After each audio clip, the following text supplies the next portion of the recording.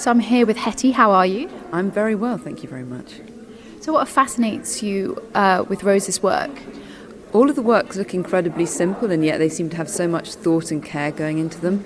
One of the things I've loved going around is when you look at the edges of the paintings, they've all got all these details inscribed in the corners relating to historical paintings or things she's seen walking around. And you can see there's so much thought, it's almost diaristic. Yeah.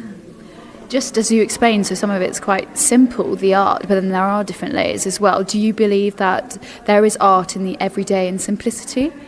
Well, that's a very deep question. Of course there's art in the everyday. I mean, we spend so much time photographing things that we see as we walk around for Instagram and things like that. We're all constantly framing things and imagining how they might be seen, yes. And so is there a piece that fascinates you the most? A lot of them have really made me laugh, actually. She's got an incredible sense of humour. I think I was just looking at the Kill Bill painting just now, and I think what's really interesting in that is that she's showing the limits of her own memory, that she's got two different depictions of the same scene next to one another, and they're really quite different from one another, and it's showing, she's really exposing, that she doesn't remember things precisely, none of us do, and each time you try and recreate a scene, it comes out completely differently. It's an interesting perspective, and her career in art has flourished in her 80s. What do you think of that?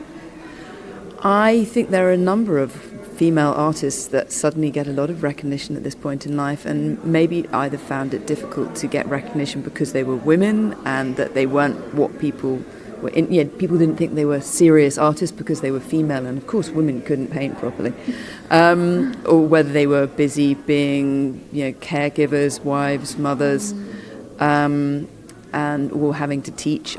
I think it's been really interesting that so many great artists like Phila de Barlow, like Lubina Himid, like Sheila Hicks, for example, are suddenly getting great recognition and love and appreciation for a huge body of work that's been created over the course of their careers, once they're in their 60s, 70s and 80s.